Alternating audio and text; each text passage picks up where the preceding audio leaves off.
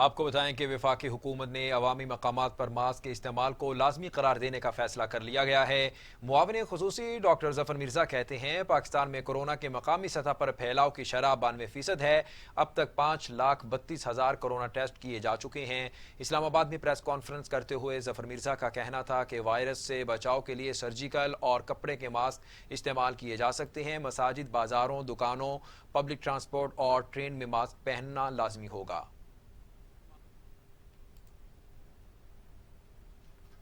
Mask کا خاص طور پہ جو استعمال ہے، اس حوالے سے ہم نے اس کی جو ہدایات تھیں ان کے اندر مزید اس کو لازمی قرار دیا ہے، اس کے کچھ حصوں کو ماسک کے استعمال کے حوالے سے۔ چند ایک سیکٹرز آپ کے سامنے رکھنا چاہتا ہوں، یا چند ایک ایسی صورت احوال آپ کے سامنے رکھنا چاہتا ہوں کہ جہاں اب ہم بطور حکومت پاکستان ماسک کے استعمال کو لازمی قرار دے رہے ہیں۔ یہ اب آپشن نہیں ہے، آپ کی خواہش نہیں ہے، یہ آپ کو لازمی استعمال کرنا چاہیے۔ اور اس میں بنیادی چیز یہ ہے کہ جہاں بھی چاہے آپ اپنے گھر سے یا دفتر یا آرگنائزیشن سے باہر ہوں یا آرگنائزیشن کے اندر ہوں، جہاں بھی آپ سمجھیں کہ سوشل ڈسٹینس مناسب نہیں ہے یا پرہجوم جگہ ہے، وہاں پہ آپ کو ماسک پہننا لازمی ہے۔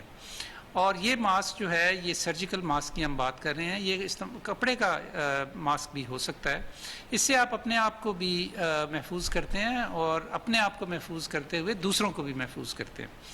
تو کراؤڈڈ پبلک پلیسز جو بھی ہیں ان کے اندر ماسک پہننا ہم نے لازمی قرار دے دی۔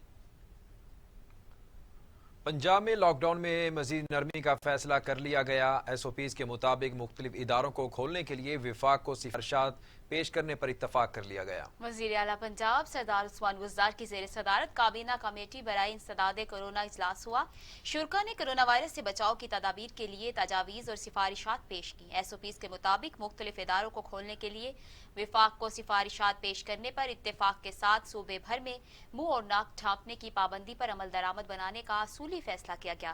حکومتی سفارشات کے تحت انتظامیہ، پولیس اور ٹریفک وارڈن منہ اور ناک نہ ڈھانپنے والے افراد کو تنبیہ کر سکیں گے۔ اجلاس میں 1,000 لیڈی ڈاکٹرز کی انٹرویوز کی اجازت دی گئی۔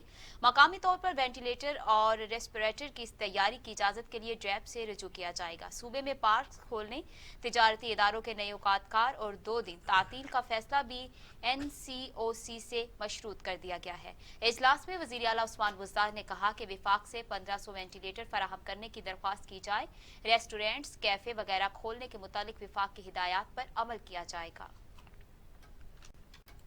کراچی طیارہ حادثے کی تحقیقات آخری مراحل میں داخل ہو گئی۔ ایئر بس ماہرین نے حادثہ سے مزید شواہد اکٹھے کر لیے۔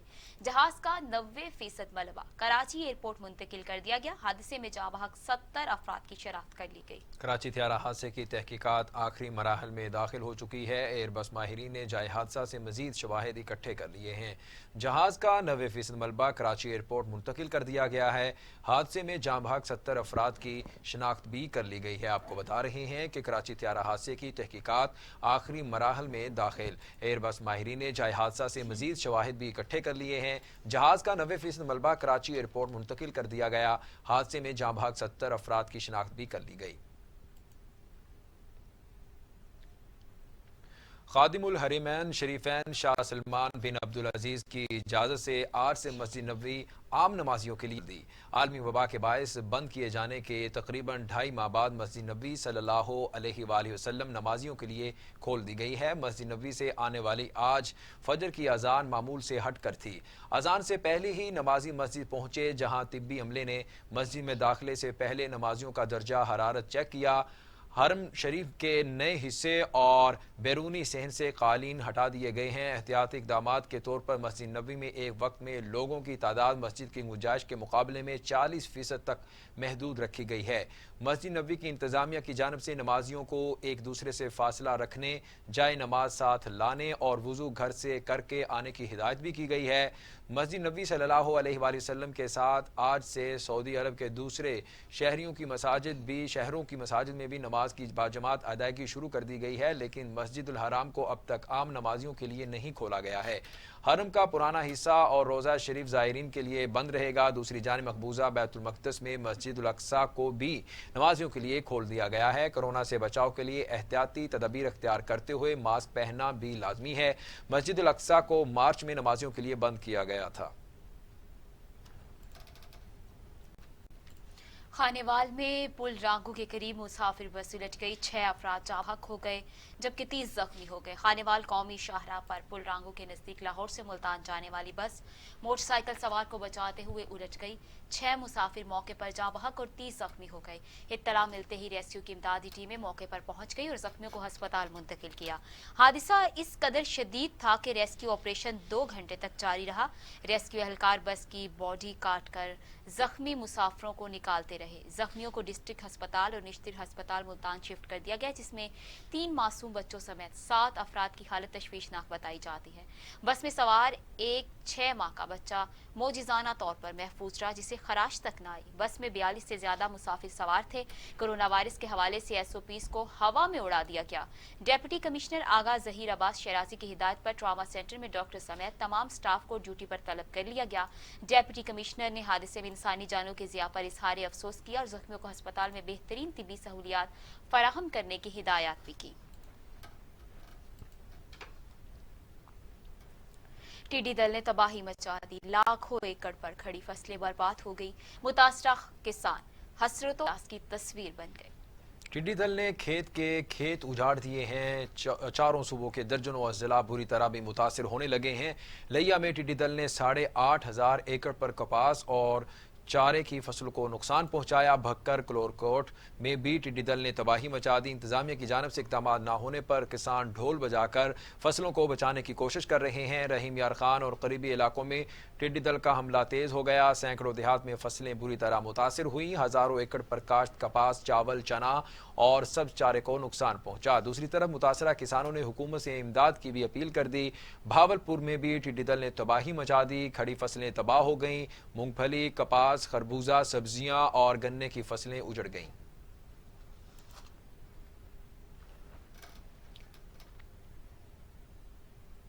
نیشنل ڈیزاسٹر مینجمنٹ اتھارٹی کے مطابق ٹڈی دل اب تک ملک کے 61 اضلاع پر حملہ آور ہے۔ ٹڈی دل کے حملہ زدہ علاقوں کا سروے اور کنٹرول آپریشن جاری ہے۔ ملک بھر میں 1150 ٹیمیں لوکسٹ کنٹرول آپریشن میں حصہ لے رہی ہیں۔ ترجمان NGMA کے مطابق ٹڈی دل کے حملوں کے باعث بلوچستان کے 31، خیبر پختونخوا کے 11، پنجاب کے 12 اور سندھ کے 7 اضلاع متاثر ہیں۔ گزشتہ 24 گھنٹوں میں 3,13,000 ہیکٹر رقبے کا سروے ہوا، جس میں سے 4,400 ہیکٹر رقبے کا ٹریٹمنٹ کیا گیا۔ نیشنل ڈیزاسٹر مینجمنٹ اتھارٹی کے مطابق بلوچستان میں 1700 ہیکٹر رقبے پر سپرے کیا گیا، جبکہ پنجاب میں 1000، خیبر پختونخوا میں 900 کی رقبے کی ٹریٹمنٹ ہوئی اور سندھ میں 800 ہیکٹر رقبہ ٹریٹمنٹ کیا گیا۔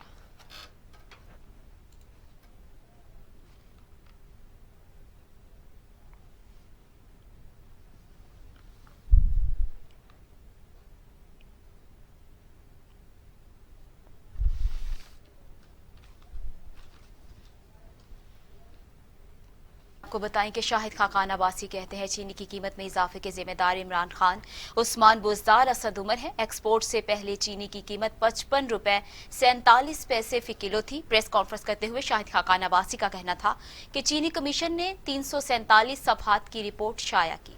حقائق نہیں بتائے گئے۔ چینی برآمد کرنے کا فیصلہ وفاق کابینہ کا تھا، شوگر مافیا کابینہ اور PTI کے اندر موجود ہے۔ جب یہ کمیشن بنا تو چینی کی قیمت تھی تقریباً 75 روپے۔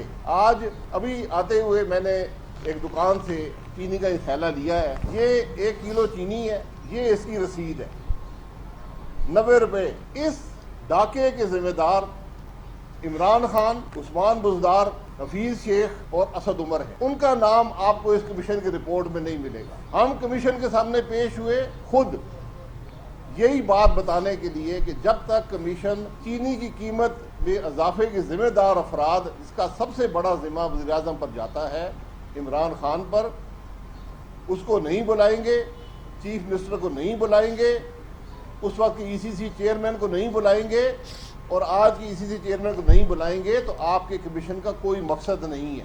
ایک لائٹر نوٹ پر آج کل ایک معاملہ چل رہا ہے، کچھ خواتین کا جھگڑا تھا تو بڑا اس میں وہ ویڈیو فلمیں بھی چل رہی ہیں، بہت سی باتیں بھی ہو رہی ہیں، پرچے بھی درج ہو گئے ہیں، لیکن میں حیران ہوں کہ اس میں جو مین مرکزی کردار تھا جو عثمان ملک صاحب تھے ان کا کوئی ذکر نہیں ہے۔